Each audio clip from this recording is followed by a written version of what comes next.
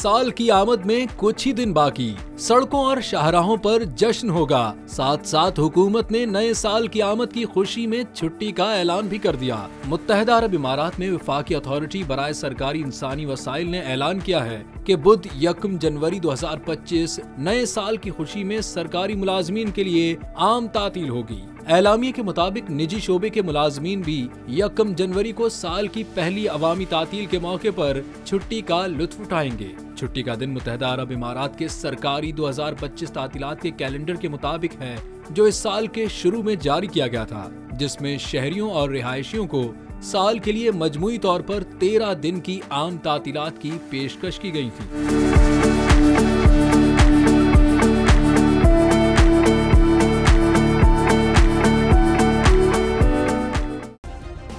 Subscribe करें और bell दबाएं ताकि कोई खबर रह न जाए।